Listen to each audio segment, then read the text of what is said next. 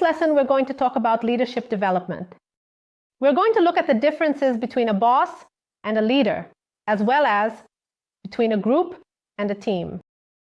How a coaching leader inspires and wins over their team, and also how this leader can make a difference in the public sector and generate positive results for employees and the community. Shall we get to the lesson? Nowadays, the level of demand within companies is getting higher, and you can't afford to waste any more time. Today, we need great leaders because they are the ones who move the world forward and become memorable in the professional history of anyone and in society as a whole. That's what's most interesting. This need is also present in public agencies, meaning that this same leadership must be prepared to manage situations directly related to the interests of the community. Speaking of that, do you know what the difference is between a boss and a leader? What roles does each one play? What is the impact of each one on a team of people? I'm going to show you now. Well, in this picture, you can clearly see what I want to tell you. The difference between a boss and a leader. Just by looking at the picture, you can see the difference. One pointing down and the other pointing up. The boss demoralizes, looks for someone to blame, gives orders and says I, meaning I am the center of attention. On the other hand, the leader supports, takes responsibility, guides and says we, meaning they are at the forefront of the team and stand alongside them, embracing the team and moving forward together. That's what's really cool. That's pretty much the difference between a boss and a leader. And in the same way, the people who work under this kind of leadership from bosses and leaders also differ between groups and teams. Exactly. And do you know the difference between these two, group and a team? I'm going to show you two. Look, here in the context of the picture, you can already see the difference, the disconnection, and the connection. In other words, within a group, what is the objective? The shared information, loose information. What is the synergy of this group? It's neutral. Sometimes it's also negative. That's true. And what about responsibility? It's individual, meaning I work on my own. The skills of each of these teams within a group are varied. They're not effective, not specific. And what about relationships? Completely informal and very relaxed. On the other hand, with a team, you can already see from the picture a connection among each other, and that's really cool. And what is the objective of this team? It's the collective performance. The synergy is always very positive, and that's really cool. The responsibilities are collective and supportive, meaning everyone helps each other, and that's really great. And the skills are complementary, meaning whatever one lacks, the other will help to complement with what they know, the skills and competencies. And what about the relationship? It's cohesive and strong, meaning people help each other all the time, and that's the coolest part. And what about the coach leader? What is the coach leader like? The coach leader is the one who exercises their leadership using coaching techniques and tools. And this is a professional who inspires people, winning them over by the example of their actions, not through authoritarianism and position. He is completely different. He acts with the aim of developing and maturing his team's professional skills. He teaches his colleagues to think like leaders, meaning teaches them to take responsibility for creating alternatives and making decisions for themselves. That's really cool. And I'm going to give you some context here as well. Look how cool this photo is. The greatest skill of a coach leader is to develop extraordinary abilities in ordinary people. And you can see that really well in the photo. What metaphor can you see in this photo, which is the coolest part? Here you have a metaphor of pawns in a chess game, where in a very natural way, the leader positions himself like a king in front of the team, but he is like everyone else, meaning he shows this light inspiration. In fact, he educates, he brings out the best in each member of his team.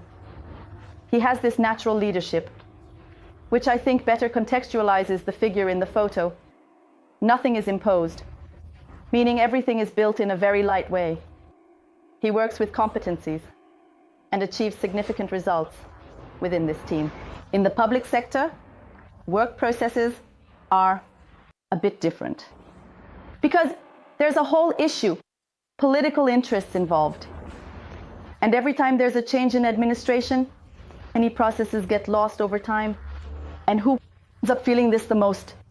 It's the public servants, the people who are already there. That's why the coaching leader is a new style of leadership applied to public management. Why? Because by taking on this transformative role within the administration, they will seek solutions to implement interactive governance.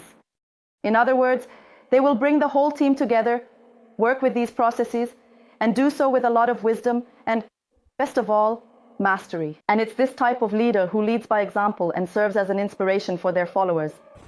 And it's exactly this type of leadership the public sector needs the most right now. What does it mean? It means ensuring the quality of services provided to a whole population that is in need of it right now. That's what's most interesting. Here, I'm going to set the scene for you regarding a public sphere, from the current state to the future state. How does a public manager take on public management today? How does this happen? Today, he absorbs the resources that are available at that moment.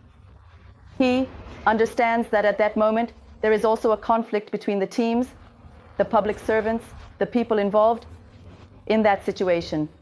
There is a demand and need for these people as well. There are missing materials and systems many times, many unfinished projects. In other words, projects that were continued or discontinued along the way during this time. And the main issue is the lack of clarity in the roles. Many people are there and don't even know why they're there. There's a huge disconnect in public management. Now, what is the desired state that in turn the leader coach Asumino does or would achieve? He will use the resources and turn those actions into success, meaning he takes those current resources and transforms them into extraordinary resources. He will take this team that is once incomplete, bring them together, and align them so that everyone speaks the same language. That's really cool. He will also provide working conditions so that these people can work happily and satisfied. He will also continue and adjust projects that are sometimes unfinished. Of course, he will analyze a project A1 to see which one makes sense or not only for the servers, but also for the population. And he will give autonomy and productivity to his team, making sure that everyone feels valued and responsible for their own actions and their own work. That's the coolest part. So this is how leaders with this coach-leader profile can help the population, because they seek to understand what the needs of the residents, the priorities, and much more than just solving problems. He acts as a partner for his team, finding those answers together. And with public servants who often don't feel valued, this happens a lot. What does the coach leader achieve? He manages to bring out those internal resources within each person. He manages to bring out the best in each one. In other words, he can motivate these public servants, making them better people who deliver more to the population. In other words, he can build a future with purpose, responsibilities, and significant growth in the public sphere. Many studies point out that the cause of many layoffs in companies is not only due to a lack of interpersonal development. It also happens a lot due to a lack of emotional control. That's what's most interesting. This doesn't just happen in the public sector, you know. It happens in companies.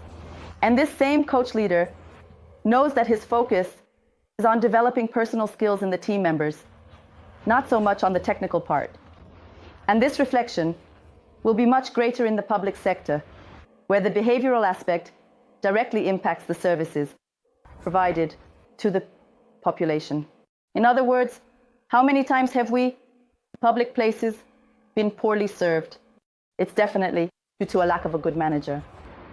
Now, do you see yourself as this leader today? This coach leader? If you identified with this profile, this leadership style and are interested in diving deeper into the topic of public management, get in touch with us. We will be very happy to hear from you. So guys, did you like this class? This topic is really cool, right? In the next lesson, going to talk about the principles of public administration. Until then, everyone.